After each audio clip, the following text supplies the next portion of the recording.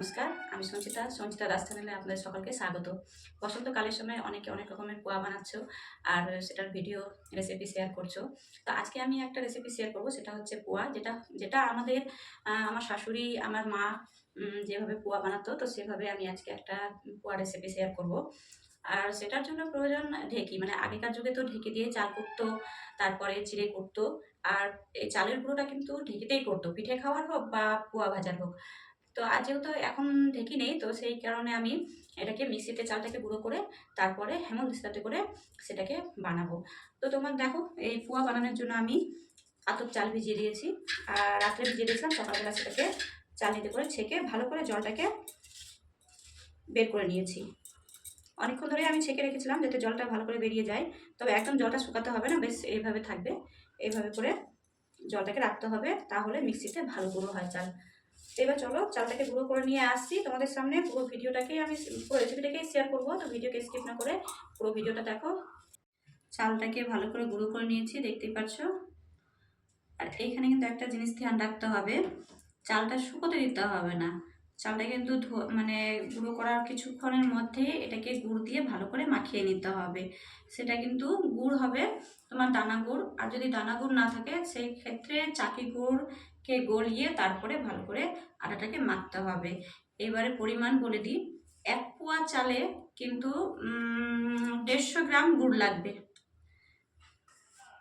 1 পোয়া চালে 150 গ্রাম গুড় দিয়ে ভালো করে প্রথমে চালের গুঁড়োটাকে মেখে নিতে হবে। তো এখানে আমি একটা গামলায় করে নিয়ে নিচ্ছি, আর এখানে 250 চালের কিন্তু আমি গুঁড়া করেছি। আর দেখতেই পাচ্ছ আটাটাকে আমি চালের গুঁড়োটাকে শুকাতে দেয়নি, একদম মানে গুঁড়ো করার পরেই সঙ্গে সঙ্গে আমি গামলায় দিয়ে গুড় দিয়ে এখন মাখবো। তো এই যে দেখো, এইটা হচ্ছে দানা গুড়, যেটাকে ঝোলা গুড় বলে।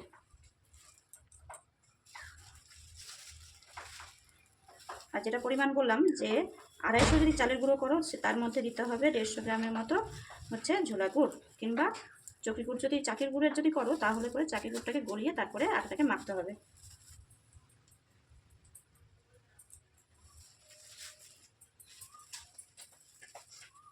দেওয়া হয়ে গেছে, এবার এইভাবে করে মাখতে হবে চালের গুঁড়োটাকে। দেখতেই পাচ্ছ গুড় দিয়ে দিয়ে আমি এইভাবে করে আটাটাকে মেখে নিলাম। এবারে নিয়ে নিয়েছি হেমদস্তা, আর এইবার এই চালগুলোকে তার মধ্যে দিয়ে দিব।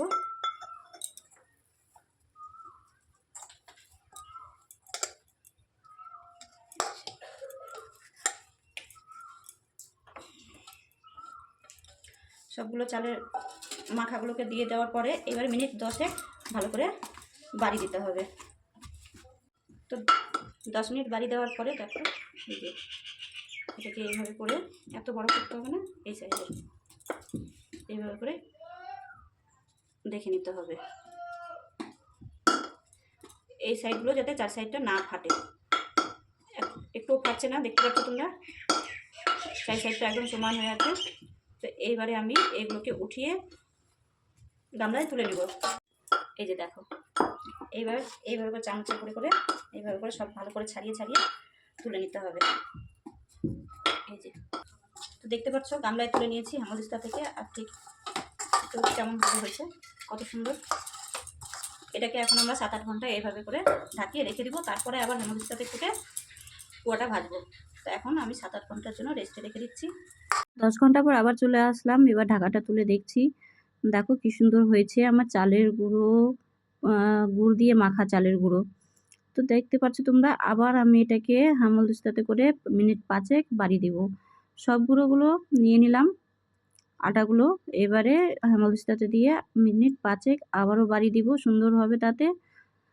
আর এই পোয়াটা কিন্তু তোমরা 1-1.5 মাস স্টোর করে রেখে খেতে পারো, সকালে মানে বৈকালে চায়ের সাথে এটাকে খেতে পারো। তো মিনিট 5 বাড়ি দেওয়ার পর দেখো আমি এটাকে এখন গোল করছি, আর এই যে খুব সুন্দরভাবে গোল হয়ে যাচ্ছে।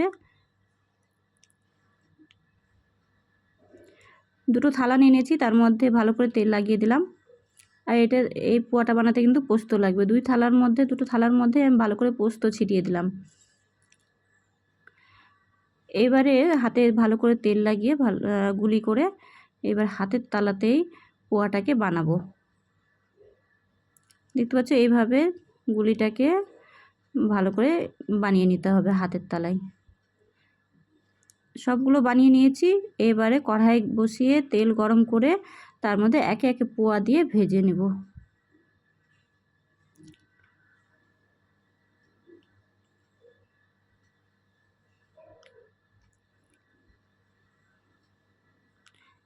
কত সুন্দর ফুলছে।